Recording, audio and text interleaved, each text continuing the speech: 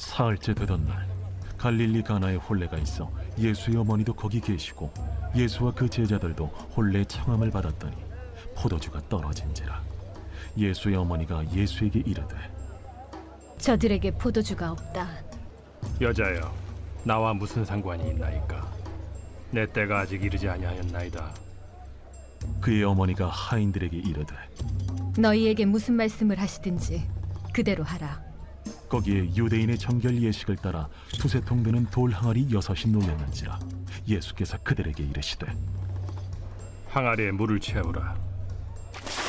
하신즉 아귀까지 채우니 이제는 떠서 연회장에게 갖다 주라. 하심에 갖다 주었더니 연회장은 물로 된 포도주를 맛보고도 어디서 났는지 알지 못하되 물도온 하인들은 알더라. 연회장이 신랑을 불러 말하되 사람마다 먼저 좋은 포도주를 내고 취한 후에 낮은 것을 내거늘 그대는 지금까지 좋은 포도주를 두었도다. 예수께서 이 첫 표적을 갈릴리 가나에서 행하여 그의 영광을 나타내시며 제자들이 그를 믿으니라. 만나서 반갑습니다. 오늘 이렇게 함께 하나님의 말씀을 나누게 된 것을 아주 기쁘고 또 감사하게 생각합니다. 여러분도 아시겠지만 성경에 4개의 복음서가 있습니다. 마태, 마가, 누가복음 그리고 요한복음 이렇게 있는데 앞에 3개는 우리가 공관복음이라 그래서 서로 관점이 비슷하다. 그래서 내용이 유사한 내용이 계속 반복적으로 나타나는 특징이 있습니다. 근데 4번째 복음서인 요한복음은 앞에 3개하고는 조금 다릅니다. 조금 후대에 독립적으로 기록되었기 때문에 요한복음에는 앞에 3개 복음서에는 나오지 않는 독특한 이야기들이 많이 있습니다. 그 중에 하나가 바로 오늘 우리 성경 말씀에서 본 예수님께서 가나 혼인잔치에서 물을 포도주로 바꾼 사건입니다. 이 요한복음에 의하면요, 예수님께서 여러 기적들을 행하셨는데 그 중에서 제일 먼저 행한 기적이 무엇이냐? 바로 이 물을 포도주로 바꾼 사건이다. 이렇게 되어 있습니다. 그러면 오늘 그 본문 내용을 함께 좀 살펴보고자 합니다. 내용은 잘 아실 거예요. 특히 어려서부터 이제 교회 다니신 분은 이 본문을 가지고 설교도 많이 들어보셨을 거로 추측합니다. 이 갈릴리 가나에 혼인 잔치가 있었는데요. 예수님의 제자들 그리고 예수님의 어머니가 그 혼인 잔치에 초대를 받아서 갔습니다. 근데 손님이 너무 많이 왔는지 잔치에서 이제 포도주가 다 떨어져 버린 겁니다. 근데 결혼식에 손님들을 대접해야 하는데 이 포도주가 다 떨어졌다는 것은 이 손님들에게 굉장한 그 신뢰가 되는 것이죠. 오늘 1절을 보시면 예수님의 어머니 마리아는 혼인잔치에 미리 가 있었다. 이렇게 되어 있습니다. 아마도 이 혼인잔치 주인하고 예수님의 어머니하고 친인척 관계든 아니면 아주 가까운 사이든 어떻게 해서든 관계가 좀 있었던 것 같아요. 그래서 다른 손님들은 이 포도주가 떨어졌다는 사실을 모르고 있었는데 예수님의 어머니는 그것을 알고 계셨던 것이죠. 그래서 이 어머니 마리아가 예수님께 와서 포도주가 다 떨어졌다 이렇게 말을 하십니다. 근데 여기서 예수님이 우리가 생각하고 있는 그 따뜻한 예수님, 그 친절하신 예수님하고 조금 다른 듯한 방식으로 대답을 하세요. 뭐라고 하시냐면 여자여, 그것이 나와 무슨 상관이 있습니까? 아직도 내 때가 되지 않았습니다. 이렇게 말씀하세요. 여러분 중에 어머니를 여자여 이렇게 부르시는 분은 아마도 없을 거예요. 그렇죠? 예수님이 왜 어머니 마리아를 여자여라고 불렀는가? 그건 우리가 정확히 알 수는 없지만 하나 이제 그 분명한 사실은 이 여자여라는 말이 번역이 이렇게 돼서 그렇지 이게 꼭 하대하거나 그런 것은 아니라는 것이죠. 멸시하거나 그런 표현은 아니라는 겁니다. 다만 예수님은 이제 그 어머니와 아들 사이의 관계로서 마리아를 대하기보다는 이제 하나님의 아들로서의 자의식을 가지고 자기 어머니를 대하기 시작했다. 이렇게 추정해 볼 수 있을 것 같습니다. 근데 예수님의 이러한 그 냉담한 반응에도 불구하고 이 어머니 마리아는 실망하거나 낙담하거나 포기하지 않았어요. 어머니는 일꾼들에게 뭐라고 얘기하냐면 무엇이든지 이 예수가 시키는 대로 그대로 해라. 이렇게 그냥 신신당부하시고 가셨어요. 그걸 보고서 예수님이 이제 그 일꾼들에게 이 물로 만든 돌 항아리 6개에 물을 가득 채우라. 돌로 만든 그 항아리 6개에 물을 가득 채우라고 말씀하십니다. 일꾼들이 물을 가득 채우니까 그 다음에 예수님이 그 물을 떠다가 이 잔치집 주인에게 갖다 줘라 이렇게 말해요. 이 일꾼들이 예수님 말씀대로 물을 떠서 잔치를 책임지고 있는 사람에게 갖다 주니까 어떤 일이 일어납니까? 물이 포도주로, 최상급 포도주로 변해 있었다는 것이죠. 이 기적을 일으키신 분은 물론 그 예수님이시지만 이 놀라운 기적이 일어나기까지 많은 요소들이 함께 작용을 했었다라는 것을 우리가 생각을 해봐야 돼요. 첫째로 예수님의 어머니 마리아의 믿음이 있었습니다. 이 예수님의 어머니가 예수님께 포도주가 다 떨어졌다라는 사실을 굳이 왜 얘기했을까요? 예수님이 어디 가서 포도주를 사오실 수 있는 것도 아닌데 예수님의 어머니는요, 예수님이 어떠한 어려운 상황 가운데서도 이 문제를 해결하실 수 있는 분이다 라고 확신을 갖고 있었던 것 같아요. 그래서 예수님이 냉담하게, 우리말로는 좀 아까 좀 굉장히 차갑게 느껴졌잖아요. 그죠? 나랑 도대체 무슨 내 알 바 아니라는 거잖아요. 그럼에도 불구하고 예수님의 어머니는 그냥 포기하지 않고 일꾼들에게 예수님이 무언가 하실 거라고 예상한 거죠. 시키는 대로 해라. 이렇게 말씀하셨던 겁니다. 근데 예수님은 이 어머니의 이러한 믿음을 확인하셔요. 확인하시고 난 이후에 본격적으로 움직이기 시작하십니다. 예수님이 마리아에게 여자여 나랑 무슨 상관이 있습니까? 아직 내 때가 오지 않았습니다 라고 냉정하게 답했는데 아마도 예수님이 왜 이런 말씀하셨을까? 어머니 마리아가 자기 자신을 어떻게 바라보고 계신지 그 어머니의 믿음을 조금 확인해 보고 싶으셨던 것이 아닐까라고 추측을 합니다. 이 복음서를 잘 보시면요, 예수님이 그 기적들을 행하시거나 아니면은 이 사람들의 병을 고쳐 주실 때 그 사람의 믿음을 확인하기 위해서 아주 쌀쌀맞게 대하는 경우가 있어요. 일부러. 여러 가지 경우들이 좀 떠오르실 수도 있는데 대표적으로 한 이방 여자가 예수님을 찾아와서 자기 딸이 귀신 들렸는데 제발 좀 고쳐달라고. 근데 이방 여자거든요. 근데 예수님이 전혀 예수님답지 않게 말해요. 뭐라고 하냐면 자녀의 떡을 취해서 개들에게 주는 것이 마땅치 않다. 이방인 여자를 지금 개에 비유하고 있는 거예요. 그런데 이러한 굴욕적인 말을 들었음에도 그 여자가 뭐라 그래요? 상 아래에 있는 개들도 그 사람들이 먹다 떨어진 부스러기라도 주워 먹습니다. 부스러기 은혜라도 나에게 주십시오. 이거예요. 그러자 예수님이 그 여자의 믿음을 확인했죠. 그 이후에 예수님이 그 딸을 고쳐주시는 거죠. 오늘 이야기에서도 예수님은 자신의 어머니 마리아가 자기 자신을 어떻게 인식하고 있는지 그녀의 믿음을 확인하려 했던 것 같아요. 그리고 그 단호한 믿음을 보시고 난 후에 예수님이 아마 이걸 자각하신 것 같습니다. 이제는 나의 때가 이르렀구나. 나의 때가 되었구나. 내가 더 이상 하나님의 아들로서의 신분을 감출 수가 없고 본격적으로 내가 사역을 시작할 때가 되었구나. 이렇게 생각하신 것 같아요. 두 번째로 이 물이 포도주가 되기까지에는 일꾼들의 말없는 순종이 있었습니다. 예수님 일꾼들에게 물을 떠다가 손님들에게 갖다 주라고 명령했을 때 여러분이 일꾼이었다면 어떻게 하셨을 것 같아요? 저 같으면 예수님 말 듣지 않았을 것 같아요. 왜냐하면 뻔히 보이는 게 물이잖아요. 좀 이따 또 설명드리겠지만 이건 그냥 마실 수 있는 그런 물은 또 아니거든요. 근데 이 포도주를 달라고 아우성치는 손님들에게 맹물을 갖다 줘보세요. 난리가 나죠. 그 일꾼들은 그 자리에서 자기가 그 수고한 수고비도 못 받고 잘렸을 수도 있어요. 그런데 그럼에도 불구하고 일꾼들은 마리아의 명령처럼 예수님이 지시하는 그대로 행했다는 것이죠. 믿음이란 무엇인가? 우리가 항상 우리 스스로에게 이 질문을 해봐야 됩니다.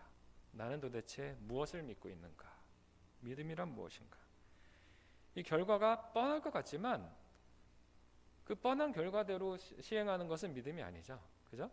근데 그 뻔한 결과가 보이지만 그것을 뛰어넘는 무엇인가를 생각하고 진행하는 것.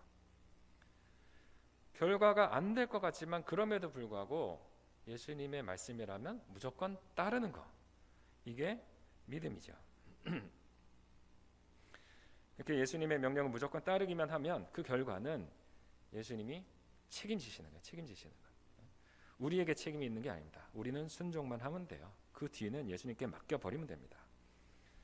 그러면 예수님이 물을 변화시켜서 포도주를 만드신다는 거예요. 이 세 번째로 이 기적 배경에는 물이 있었다라는 것을 기억해야만 합니다. 예수님은 아무것도 없는 상태에서 포도주를 그냥 샘솟게 만들어내신 게 아니에요. 물이 있었던 거예요. 물을 가지고 포도주를 만드시는 겁니다. 우리가 하나님이 일하시는 방법을 잘 살펴봐야 되는데 하나님은 우리 인간과 함께 일을 해나가세요. 그냥 독자적으로 마음대로 그냥 기적을 베푸시고 그렇게 하는 게 아닙니다. 하나님은 물이 필요해요. 맹물은 무의미한 것이지만 그 맹물이 하나님께 사용되는 것으로 드려지고 바쳐질 때 하나님께서 그 맹물을 변화시켜서 포도주를 만드시는 것입니다. 때로는 우리가 우리 스스로를 바라볼 때 정말 낭망하고 좌절할 때가 많죠. 나는 아무짝에도 쓸모없는 사람인가? 내가 하나님의 뜻을 이루고 있는 건가? 나는 하나님의 나라에 과연 도움이 되고 있는가? 여러 가지 그 회의적인 생각이 들 때가 많을지도 모릅니다.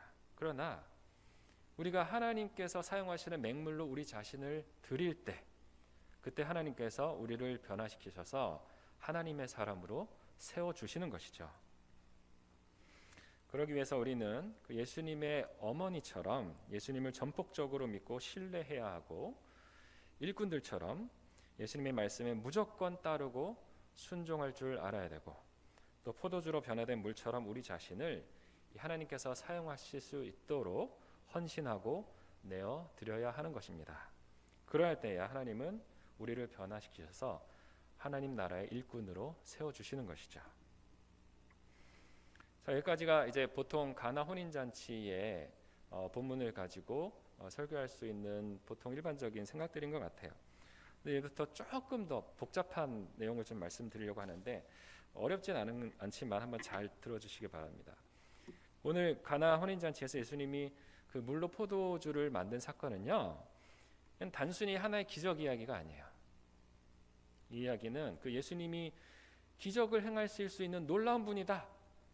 이거를 강조하고 싶은 것도 아닙니다. 또 예수님을 믿으면 우리에게 기적이 일어난다. 그거를 보여주고자 함도 아니에요.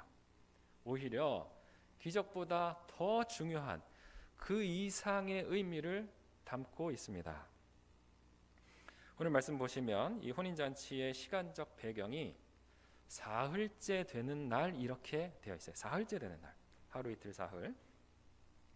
언제부터 사흘이냐? 이걸 잘 살펴보면 예수님이 요한복음 앞에서 나다나엘이라는 사람을 부르시는 사건이 나오는데 그 날로부터 사흘째다 이렇게 되어 있어요. 근데 왜 굳이 사흘이라는 것을 강조할까? 우리가 사흘 하면은 뭐랑 관련이 있는 것 같아요? 사흘. 예수님이 십자가에 달려 돌아가신 지 사흘째에 부활하셨죠.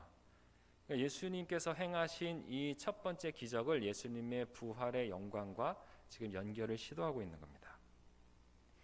이를 보여주듯이 오늘 본문의 마지막 구절 어떻게 돼 있어요? 예수께서 이 첫 번째 표징을 갈릴리 가나에서 행하여 자기의 영광을 드러내시니 그의 제자들이 그를 믿게 되었다. 요한복음에서 영광을 얘기할 때는 예수님의 십자가 고난과 부활을 영광이라고 표현해요. 요한복음의 특징 중에 하나입니다. 오늘 읽지는 않았지만 요한복음 처음 1장을 보시면 예수님이 공생애를 시작하잖아요. 그 공생애를 시작하는 날을 첫째 날로 정했어요. 그러니까 요한복음의 앞부분에서 지금 첫째 날, 둘째 날, 셋째 날 이렇게 가는 거는 예수님이 공생애 시작한 날부터 세는 겁니다. 아까 그 셋째 날에 그 나다나엘을 부르시고 그로부터 사흘째 되는 6일째에 지금 예수님이 가나 혼인잔치에서 이 기적을 일으킨 거예요. 오늘 본문 말씀을 보시면 예수님이 물로 포도주를 만드시죠. 근데 물이 담긴 항아리가 모두 몇 개 있었다 그랬죠? 6개가 있었죠. 예수님이 공생의 시작 6일째 되는 날 6개의 물 항아리에 담긴 물을 포도주로 바꾸시는 거예요. 그렇다면 6이라는 숫자에 도대체 무슨 의미가 담겨 있길래 이게 자꾸 강조될까요? 이 성경에는요, 자주 등장하는 상징수들이 있어요. 근데 우리가 때로는 이 상징수를 너무 문자 그대로 생각해가지고 오히려 성경을 곡해하고 여기서 잘못된 성경 해석이 나오기도 하고, 때로는 이걸 활용해서 이단이나 사이비에서 이걸 가지고 이용하기도 합니다. 가장 대표적인 흔히 사용되는 숫자가 40이에요. 40은 부모로부터 자녀까지 한 세대를 가리키기 때문에 그냥 오랜 시간을 가리킬 때 40이라는 숫자로 대충 얘기하는 경우들이 많아요. 또 다른 상징수는 12가 있죠. 12. 이스라엘 12지파. 사사가 모두 12명의 사사가 있죠. 예수님의 12제자. 이 10이라는 숫자가 얼마나 중요하냐면 예수님의 그 제자 가룟 유다가 배반하고 숫자가 11명으로 줄잖아요. 사도행전 보시면 그 대신 한 명을 또 뽑아서 12를 채워 넣습니다. 그만큼 중요한 숫자예요. 근데 성경에서 가장 중요하고 가장 많이 또 볼 수 있는 숫자가 바로 7입니다. 왜 그러겠어요? 창조. 하나님의 창조가 7일간. 어떤 사람은 6일 창조 아닙니까? 하나님이 7일째에도 그 창조의 잔치로 우리를 초대하시는 거기 때문에 7일째 안식일에 그 창조의 잔치가 없으면 앞에 6일간의 창조의 과정은 의미가 없는 거예요. 그렇다면 6은 무슨 의미가 있을까? 7이 아닌 6은? 자, 6은 7에서 하나가 부족하죠. 그래서 불완전함을 나타내요. 항상 불완전함. 그래서 7이 신의 숫자라면 6은 인간의 숫자가 되는 거예요. 그래서 요한계시록에 보면은 짐승의 수, 사람의 수라 그래서 666이 나와요. 그래서 우리 공포 영화 어렸을 때 그 공포 영화 보다 보면 666 딱 나오고 발발발 떨면서 제가 형들 사이에서 이렇게 그 공포 영화 비디오 봤던 걸 기억을 하는데, 그러니까 이 666은 불완전한 숫자 6이 3번 반복되는 거기 때문에 그 불완전의 끝판왕이다. 소위 말하는 극한이다. 이렇게 되는 거예요. 사실은 이제 그 2666이라는 숫자는 뭐 여기서 설명드리긴 그렇지만 초기 기독교를 박해하던 로마의 네로 황제를 가리키는 그 사인입니다. 어쨌든 이 가나 혼인 잔치가 예수님 사역 시작 후 6일째에 열리고 그 잔치에서 6개의 항아리에 들어있는 물로 예수님 포도주를 만드시죠. 이러한 경우에 6이 중요한 것은 6 다음에 7이 오기 때문이에요. 여호수아가 가나안 성을 정복할 때에 처음 6일간 여리고성을 하루에 한 바퀴씩 모두 6일간 6바퀴를 돌죠. 아직까지는 불완전해요. 그런데 7일째가 되니까 하나님이 7바퀴를 돌라 그래요. 그래서 7일째 7바퀴를 돌고 난 다음에 함성을 지르니까 성이 무너지고 하나님이 그 성을 이스라엘 백성들에게 주시는 거예요. 요한복음은 숫자 7을 중요하게 생각합니다. 요한복음에 나타나는 기적의 숫자를 세보면 예수님이 7개의 기적을 행하세요. 그리고 요한복음에는 앞에 3개 복음서에는 전혀 나타나지 않는 무엇이 있냐면 예수님이 나는 무엇이다라고 스스로를 비유하시는 내용이 나와요. 그게 7개가 있는데 몇 가지만 말씀드리면 아마 여러분 다 귀에 익숙한 것들일 거예요. 예를 들면은 나는 선한 목자다. 나는 세상의 빛이다. 그죠? 나는 길이요 진리요 생명이다. 나는 부활이요 생명이다. 나는 참 포도나무다. 이런 거. 이게 7가지가 나오는데 다른 복음서에는 그 중에 단 하나도 안 나와요. 6은 불완전해요. 그렇지만 그 불완전함을 예수님께서 완전함으로 바꾸시는 거예요. 그러니까 6개의 항아리에 담긴 불완전한 물이 이 완전한 포도주로 변하면서 예수님의 십자가의 그 보혈 그리고 부활, 하나님의 아들로서의 영광을 나타내게 되는 겁니다. 이 마가복음 7장을 보시면요, 유대인들은 손을 씻지 않고는 음식을 먹지 않았대요. 이 6개의 돌 항아리에 담긴 물은요, 이 잔치에 들어오는 사람들이 손을 씻고 음식을 먹기 위한 거예요. 그러니까 한마디로 손 씻는 물이에요. 이게 마시는 물도 아닌 겁니다. 그런데 그 물을 포도주로 변화시키는 거죠. 포도주는 무엇을 상징합니까? 예수님이 최후의 만찬이죠. 거기서 제자들에게 떡과 잔을 나눠주시면서 그 포도주를 뭐라 그래요? 이것은 많은 사람을 위하여 흘리는 나의 피, 곧 언약의 피다. 포도주는 예수님의 보혈, 예수님의 그 십자가상의 희생과 피를 상징합니다. 이 6개의 돌 항아리에 담겨있던 물은 숫자 6이 상징하듯이 불완전함을 나타내요. 이 6개의 돌 항아리에 담겨있던 물은요, 사람의 신체를 씻기 위한 물이에요. 이것이 사람의 손을 씻을 수는 있을지 몰라요. 그러나 사람의 마음을 씻을 수는 없습니다. 사람의 죄를 씻을 수는 없어요. 사람에게 구원을 줄 수는 없는 물입니다. 그러나 포도주는요, 예수님의 보혈을 의미해요. 예수님이 물을 포도주로 바꾸신 것은 예수님이 사람의 죄를 씻고 구원을 주시는 분이다 라는 것을 지금 나타내주고 있는 거예요. 이 돌 항아리에 담긴 물은요, 유대계의 율법을 대표하는 옛 시대를 나타냅니다. 변화된 포도주는 예수 그리스도의 은혜가 지배하는 새 시대를 나타내요. 예수님이 일꾼들에게 그 돌 항아리에 물을 채우고 그 다음에 그것을 다시 포도주로 바꾼 것은 율법이 지배하고 있던 옛 시대가 끝나고 예수님의 은혜의 시대가 펼쳐지고 있다는 것을 상징적으로 보여주는 겁니다. 오늘 가나에 있었던 잔치가 무슨 잔치예요? 혼인잔치라는 것에 주목해야 돼요. 혼인잔치. 백일잔치, 돌잔치가 아닙니다. 혼인잔치. 성경에서 혼인잔치는 천국잔치를 상징해요. 하나님 나라의 잔치입니다. 메시아 잔치예요. 예수님의 첫 번째 기적이 이 혼인잔치에서 물을 포도주로 바꾸는 사건으로 나타나는 것은요, 이 혼인잔치에 참여하는 사람들이 뭐예요? 포도주를 마시잖아요. 그 사람들이 포도주를 마시면서 기쁘고 즐거워하고 축하하듯이 이 예수님의 십자가와 부활에 동참한 사람들이 기쁨으로 천국잔치에 참여하게 된다라는 것을 지금 보여주고 있는 거예요. 그래서 오늘 읽은 이 본문 11절은요, 뭐라고 하냐면 예수님이 물을 포도주로 바꾼 사건을 가리켜서 기적이라고 부르지 않아요. 기적이라 부르지 않고 이것은 예수님의 희생과 부활과 구원을 상징한 것을 의미한다는 표징이라는 단어를 써요. 표징. 그러니까 단순히 기적 행위에 자체에 그 관심이 있다는 게 아니에요. 그러니까 예수님이 기적을 행하는 분이다. 예? 여기서 예수님이 끝내준다. 와, 이런 일을 행하셨다. 사람을 놀래키기 위한 게 아니라는 거예요. 예수님이 어떤 분인지, 무엇을 하고 계시는 건지, 무엇을 위하여 이 땅에서 이런 일들을 하고 계시는지를 상징적으로 보여주는 그 상징적 의미가 이 사건에 담겨 있다는 것입니다. 그래서 이게 표징이라는 거예요. 기적이 아니고. 예수님은 우리의 그 물질적인 필요만 채워주시는 분이 아닙니다. 우리의 영적인 문제를 해결해 주시는 분이셔요. 예수님은 율법에 얽매여 있던 우리들을 그의 십자가의 구속의 은혜로 해방시키며 영원한 생명을 우리에게 주시는 분이십니다.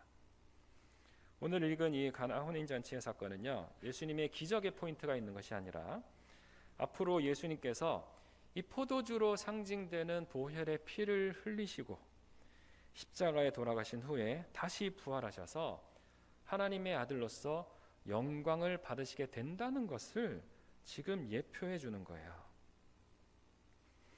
우리 기독교인들은요, 예수님 안에서 승리하도록 부름받은 사람들입니다. 예수님이 우리를 위해서 십자가에 죽으시고 부활하신 분임을 믿는 사람들은요, 이 혼인잔치에 참여할 자격을 얻게 돼요. 그리고 예수 그리스도와 함께 새 생명을 얻고 이 포도주 잔치에 참여하는 기쁨을 누리게 됩니다.